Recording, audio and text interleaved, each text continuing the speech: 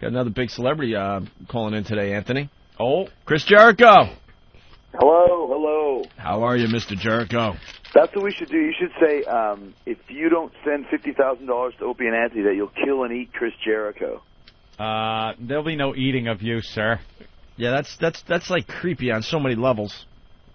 We could make a couple bucks. Do we have to call you Fozzie through this whole interview again? No, it was Mule Juice McQueen. Oh, yeah, that's right. That was like 5 years ago. That was a long time ago. All right, I forgot. That was a long time. That's when we first started the band. We were doing the alter ego thing. Right. Remember, it was myself and Dice Clay. Yeah, Dice. Dice didn't understand what was going on. It was pretty funny to watch his reaction. It was pretty cool. Because back then, Anthony and I were really following wrestling. We're like, no, man, it's Chris Jericho. We want to get into this a little bit. And he wouldn't fess up to being Chris Jericho. You wouldn't acknowledge it. It's so annoying. It was really annoying. So, I mean, if that's what you were accomplishing that day, you did. You accomplished it. Well, that's my mission, to be annoying. But you know what? I got to tell you something. So you did start this band, Fozzie, as a goof, sort of, right? Well, we started out playing cover songs, and we got a record deal from playing cover songs, and so, I mean, the world has enough cover bands as it is, so we kind of came up with that whole story just to make it something a little bit different. So that's kind of how the band started out originally, 6 years ago when we first started. And then what, you started actually playing together and getting tight and writing your own songs? Yeah, exactly. We realized that we actually had some good chemistry as a band, and we had chemistry as songwriters. So I guess about 3 years ago we started to, just do our own thing and play our own stuff. And, I mean, that's kind of where we've gone. Like, the band kind of evolved into being an actual, quote-unquote band. How often you guys play? You touring out, or what are you doing with the band? Yeah, we play as much as we can. We play quite a few shows in the States, actually, after WWE shows. But we've done a lot of stuff in Europe, actually. We just did a tour of England in February. We're going back there in May. And we're doing a tour of Germany in April, and we're doing some shows with Motorhead in the States coming up next week. So things are going good with the band as far as live shows go. They just released our third record called All That Remains, which is doing really good. I mean, it's getting airplay in 70 stations across the States, and the videos on MTV, so it's a good time for the band right now. Really fast. I mean, they're just starved for entertainment overseas, it seems like. And I'm not trashing you, trust me, because I'm about to give you a great plug. I think the new song is unbelievable. But it just seems like everyone just goes over to Europe and just makes boatloads of dough, and they just eat up whatever over there. And then it's a lot harder to make it in America. Like, there's a lot of bands, and I'm not saying you again, but you just something clicked in my head. A lot of bands that have just been done for years in the States, and we end up talking to them over the years, and all of a sudden they're huge in Japan, huge in Germany, huge here, but they can't even sell out a tiny little club in America. It's the strangest thing, and it happens over and over again. That's not a cut down. I mean, you're totally telling the truth. It seems like, I think because maybe in America, people are kind of more trend oriented. Whatever's trendy is kind of what people are into. But in Europe, there's not really trends. It's just kind of everything exists over there. Rock and roll and hard rock and metal is still very, very popular in Europe and in the UK and all those countries there. So maybe that has something to do with it. I don't know, because you're right. Like a band like Mr. Big, let's say. Yeah. Had a few hits in the States, and then that was basically it. And when they played in Japan, they do the Budokan, which is Madison Square Garden, 5 nights in a row, selling out all 5 nights. Isn't that amazing? And, they come here and play, at the freaking Tribeca Rock Club in New York City. There's a lot of examples of bands that are doing exactly what you just described, too. Hey, are you going to be playing in L.A. with Motorhead in early April? Yeah, we're playing, actually, April 1st, we're playing with Motorhead in L.A. You ever play with them before? We never have. I've hung out with Lemmy and done a bunch of stuff with him promotion, but we've never actually played together before. Yeah, Lemmy's a rip. He's the epitome of a rock star. He's almost 60. Yeah. And he's banging all these 20-year-old stripper girls, and just drinks every day and sleeps till 5 o'clock in the afternoon. He's definitely the king of rock and roll for sure. Yeah. Lemmy's a rip, man. Well, Chris, so here's where it comes full circle. So the whole Fozzie thing, and we helped promote and stuff, and it wasn't bad. I'm not, it was good for cover stuff, whatever. And then my friend Eddie from Big Brother, the one-legged dude, he's a real good friend. He's a real good friend of ours. He emails me out of nowhere. He's like, dude, I just want to, show you what I've been up to, and it's the video for this song "Enemy" from your band Fozzie. And I'm like, all right, well, I'll check it out because Eddie's a friend of mine, and we sort of know Chris over the years. And so I played the video, and I was blown away by the song and the video. Yeah, cool. Yeah, it's actually pretty funny. Did you see the whole version where Eddie throws himself over the edge of the building? Oh yeah. Why they're not playing that version on? On MTV, the controversial ending. Ah, are you kidding me? Those pussies, man. Let me just explain the video. Eddie is, one-legged Eddie, and he's showing up for work, I guess, because he's in a suit and tie in his wheelchair. And the elevator's busted, so now he has to go up, 15 floors or whatever? And he's crawling up, the stairwell, Anthony, floor by floor by floor. And while he's climbing, he's pretty much realizing how much his life sucks, because I guess he lost a chick, and now she's banging someone else, right? Right, Chris? Right. And then he decides, screw this, and he goes all the way up to the roof. And then he gets himself to the side of the roof. He reads one last love letter or a picture from her or whatever, and then just throws himself off the roof. He's like, I'm done. Yeah. But that's not the version they're running? Well, no, the controversial ending, you can see, I think it was Jay-Z gets shot in his new video, blood capsules and everything, but, we can't throw an amputee off of a rooftop. Where's the justice in the world? But yet they've cut that ending out. But like you said, the video is getting a great response. And Eddie, may I just say, was an awesome guy. He worked his ass off in this video because he really did have to climb up the stairs just using his hands, and he has only one leg. Dude, he's an animal. He's an animal, though. He moves around faster than you or I do with two legs. It's just very natural for him. But so when MTV accepted the video, they wouldn't play the controversial ending, so they edit the ending out, which just kind of doesn't make sense when the video happens. He climbs to the top, and then that's it. Yeah, that's the big payoff, and you don't really see him fall. You just know that he threw himself over the side. That's the payoff to the whole video. That's the whole point, but it's typical MTV. So just the fact that it got on MTV and it's in rotation is cool, but people have been going to, there's a site called iFilm, which is an offshoot of iTunes, and they show all the videos there, and the video's number 2 in the rock section, because people want to check out the real version, Yeah. But yeah, the controversial ending that MTV does not want you to see. That's seen on iFilm.com. And I didn't know Eddie was a buddy of yours. He's a really good guy, man. I was really impressed with him. And the thing that was cool is, our band, we don't have any money. And Eddie came out to do it basically just for fun and for his resume. And we got him a ticket. And when he got to the airport to pick up his ticket, it wasn't there for some reason. There was a screw up at the airport. So, most people would just show up at the airport, not have a ticket, and just say, screw this and go home. But Eddie actually, called and stayed at the airport for, 2 or 3 hours to make sure that he got the ticket to come to the shoot. Just a total professional all across the board. He was a great guy. Yeah, I met him through the radio show, and he's just a good friend of mine to this day. Really, really just a solid dude, so. Yeah, very genuine, man. He was a pleasure to work with and a pleasure to meet him. So he was the star of the Fozzy video for Enemy. No, but congratulations, because I really, really like the song a lot. I appreciate that, man. Thank you. That's the song that's actually, I said, it's getting airplay all across the states.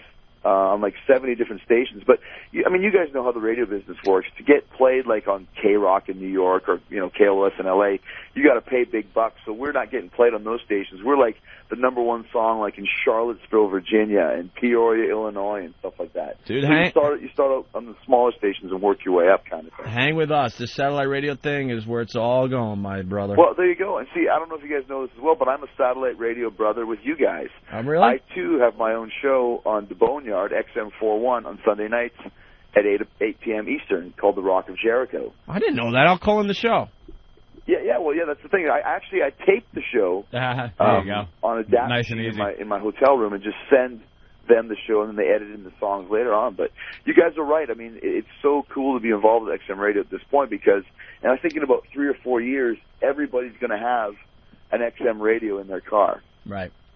Don't you agree? Yeah. FM radio, as we know it now, is almost going to become obsolete. Yeah, no, we got in nice and early. In another year or two, it's going to blow everything away. So, hey, and you can do whatever the hell you want. You can swear, you can, do anything, and you don't have to worry about sponsors and censors, and it's definitely the way to go. Hey, Chris, what's going on with wrestling in general? We have WrestleMania coming up in just under 2 weeks. That's going to be out in L.A. That's April 3rd. I'm trying to get back into it. There was a time when Ant and I were at WNEW. We knew all the storylines, sometimes better than some of the guys. We were really obsessed with the whole thing. And I don't know. I mean, you guys are still doing well, but it just doesn't seem like you're doing as well as 5-6 years ago. Well, let me ask you guys a question. Being ex-avid wrestling fans, what was the reason that you got out of wrestling? I liked when Vince just didn't give a shit, man, and all these groups came forward, and he was like, "Well, screw you. I'm still gonna be politically incorrect and things like that." It just seems to me that he started listening to a lot of the advertisers and a lot of these special interest groups just a little too much, because some of the stuff you guys got away with was just crazy. It was crazy, yeah, at the time, I think a lot of it had to do with the whole Janet Jackson thing, Boobgate or whatever they called it last year at the Super Bowl, because after that, the FCC was cracking down huge, and Vince, he kind of played their game and didn't want to take the heat for it. So we did really get toned down, and we were toning down anyways, but after the Super Bowl last year, kind of lost. We weren't even allowed to say, like hell or ass in the first hour of the show, and that's how cookie cutter we got for a while. Yeah, see, that's what I noticed all those changes. They were kind of started subtly at first, but I don't know. Man, the old days where, I don't know, you're beating the crap out of the old wrestler there, and she's making out, and she was pregnant and having... Yeah, she was pregnant with a hand. Mae Young. Yeah, she was having about that one. She was having whose love child? I forgot the storyline at the Mark time. Mark Henry, the big black. Oh, yeah. I love the ridiculous storylines. They were great. They just kept you really into what was going on. Yeah, wrestling I guess, after the whole, like I said, after Boobgate, impregnating 80-year-old ladies and having them give birth to hands just wasn't apropos to the censors anymore. It goes in phases too. It goes in waves. Wrestling, the popularity. It goes up and down a little bit, but yeah, it always seems to come back. And I'm sure Vince will figure something out. Yeah, it's not like you guys are hurting that bad. I just noticed a drop off as far as my viewing habits go. That's all. Oh, that happened. I mean, yeah, it definitely was very, very popular, kind of, late 99 or late 90s, early 2000. Then we kind of suffered a little bit of a dip, and it's kind of coming back up right now. It always does around WrestleMania time, like I said. The people come back, check it out, because there's always a buzz about WrestleMania. It's like the Super Bowl of wrestling, and so hopefully we can continue on along that way. Because like you said, even though business is down, it's still huge business. Oh, so yeah. Instead of playing in front of, 8,000 people, we do in front of, 5,000 or something along those lines. So. Right. So what do you do? Like you said, it definitely comes in waves and cycles. It's always been that way since I started in 1990. So we just have to, ride the wave out until something catches on with the general public to bring up the awareness of all over again. And what are you doing for WrestleMania this year? I'm in a Money in the Bank ladder match for the number one contender for the WWE Championship. Okay. So it's a pretty, it's one of them crazy ass ladder matches where you go out there and just get the shit kicked out of you by this stupid steel ladder. So we'll have to see what happens. Some of those ladder matches are just unbelievable. All of them. I had a ladder match last year in September. I'm going to give you guys some inside information, probably too much information. I slipped and fell off the damn ladder, and I kind of landed on it ass first, where, for all intents and purposes, the ladder went up my ass pretty much. And, not exactly the best feeling. And it's 6 months later, and it still hurts me to sit. So I had to go to the doctor last week, and he said I'm having problems with my coccyx bone. Have you guys ever heard of this? It's like the tailbone, right? The coccyx. That's the end of your spine, right? The end of the tailbone. It's this little frickin' bone at the very end, about half an inch long, called the coccyx. And I've broken my coccyx, ladies and gentlemen. Ooh. So it's like I have to take all these pills and all this stuff for really a broken hurts. coccyx. Only in wrestling, because you suffer from a broken coccyx at the end of your tailbone, basically up your ass. Yeah, nice work. You broke your ass, basically. Hey, Chris, have you seen the Chyna X-Pac video? You know what, man? I have not watched it. I can't bring myself to see it. Even for like a car crash mentality, I just don't know who had a bigger penis. Was it Chyna or was it X-Pac? Yeah, exactly, man. We were watching that one day in here, and wow, there's something going on down there. It's nice. Is it bad? Yes, it's bad. There's something going on down there. It's as big as your thumb. Oh man, it's like I've seen her on Surreal Life, and she's really fallen, man. And it's just I couldn't bring myself to look at that sex tape. I mean, there's certain things I don't want to see two wildebeests having sex either. It's just not something that really appeals to me. Well, the Surreal Life makes it look like Chyna's a raging alcoholic too. Yeah, and a raging lunatic as well. I know, and we've had her on the show many times, and it looks like to us that her personality has changed, and she's in a bad place these days. I don't know. Man, it's just the drugs, right? I mean, you see it happen all the time. I guess she just kind of lost herself, and it's actually a very sexy video. She was a really, really nice girl, and she was on top of the world, and people just fall like that, and I don't know. That happens in the wrestling game over and over again. I don't know why it's so susceptible in wrestling. I guess maybe in rock and roll music as well. But people never learn their lessons. People make some really bad moves, yeah. Hey, absolutely. Is Hogan and Austin coming back for WrestleMania? Austin is coming back for WrestleMania for Piper's Pit, with Roddy Piper. Mm-hmm. And then Hogan is coming back to get inducted into the WWE Hall of Fame. Oh, but I bet you something. He's not wrestling on WrestleMania. Oh, yes, he will be, because something's going to happen. Something's going to happen, I'm thinking. It's going to be something will happen where they end up coming back, especially Hogan. He always kind of comes back and forth, every couple of years. Yeah. He hasn't been around for a while, so I bet you he's begging to come back. Know why he hasn't been out there on the road in the last few years? No, he hasn't. He worked with us back in 2002. Chris, I know. know. About 3 years. I know the answer, though. He wants to keep tabs on that hot daughter of his.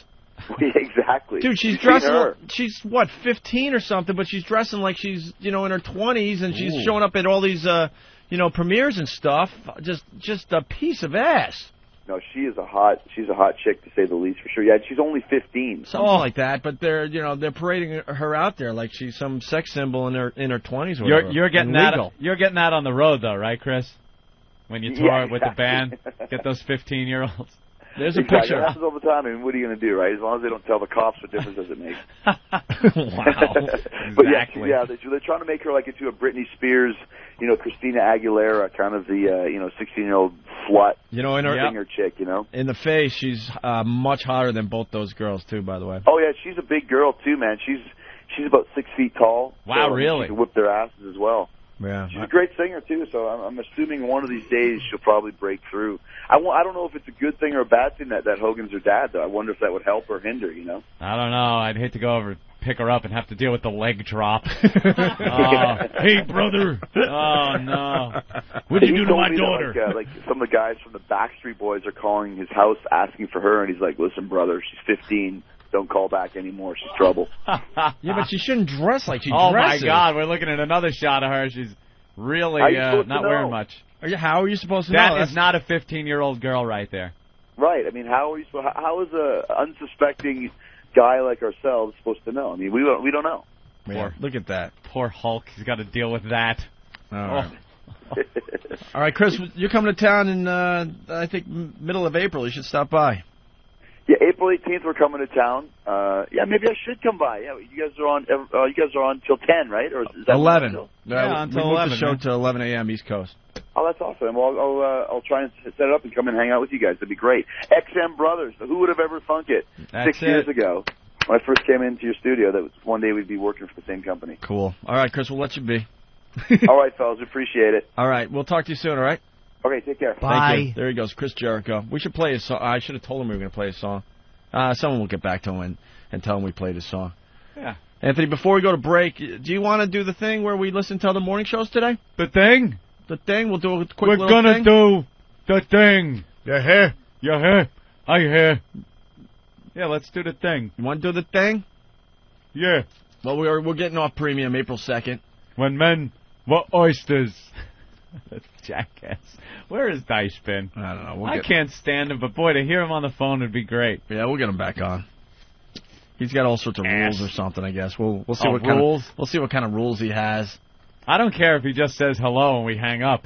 I just got to hear him. Hello? You hear? Shut up, jackass. Dutch clutch all day long. All day long. Dutch clutch all day long. What is that? You bet. You bet. All right. Bosco or you bet? Well, we are trying to get the band you back bet. together. So slowly but surely we're getting the band back together. Speaking of which, starting April 2nd, we're going to be off the premium, and after that, I think we're going to have to start expanding this channel a little bit. Oh? Going to have to bring some shows into the mix. Really? Some here, some there. Yeah, a little bit. A little more variety for the channel. Yeah. And this worked great about a week and a half ago. We had our listeners kind of, tune in their local morning shows to kind of let them audition, basically. Yeah, your wacky morning shows. It's better than city near you. See, because what happens in radio, if you're like in a small market or something and you want to get to a bigger place in radio, you put together a demo tape or a demo CD. Oh, and is it going to be just stuff that you pick out willy-nilly? Oh, no. Of course not. It's the best of the best that you could do. The cream of the crop. Even the faithful listeners of this program know that, there are days we just plain stink. There you go. But our demo tape would never stink. We have so many highlights. So this is a better way to really get a feel for what these shows do. When you can just, punch them in and on the spot see what they're up to. Pop in on them out of nowhere, like unexpected company. Right. That's us. Right. Mm-hmm. So we're going to, we should do this for a little while today. Yeah. Again. Maybe we'll find a future show for high voltage. There you go. So, but you got to help us out. The volume of the radio in your car has got to be just right. The cell phone has to be just right, too. Yeah. Don't hold it right next to the speaker. Turn the volume up to the right amount. You guys got to kind of think a little bit. Yeah, think. Try it out a little bit as we're in break to, make sure it seems right to you, okay? Yeah. Like if your windows are down, you might want to roll up the windows, That's a good one. Because this bit works nicely if you cooperate for us and help us out, okay? Exactly. Right. Anthony, as we go to break, why don't we play Chris Jericho's Enemy song from his band Fozzy? The video really is great, and it just, it doesn't amaze me that MTV will get rid of that ending to that video. Yeah. Because like he said, Jay-Z, 99 Problems, but the bitch ain't one. Right. That video is just a disaster at the end. He's just getting blown away. Yeah. But they allowed that because why? Because it's a hip-hop song? Is MTV to blame, or is it they're afraid people are going to sue if their kids jump off a building? Yeah. Oh, I can't stand that. They can't play an episode of Jackass or Is that why Jackass isn't on anymore? Yeah. They finally gave up that fight? Yeah. It caused them a lot of problems. They put the umpteen thousand disclaimers in front of it, and still these idiots are trying to jump over moving cars and do other things. I noticed they moved Wild Boys over to MTV too to try to hide that show a little bit. Yeah, God, they know it's popular, but they're like, let's just hide it over here. Maybe it won't get as much attention.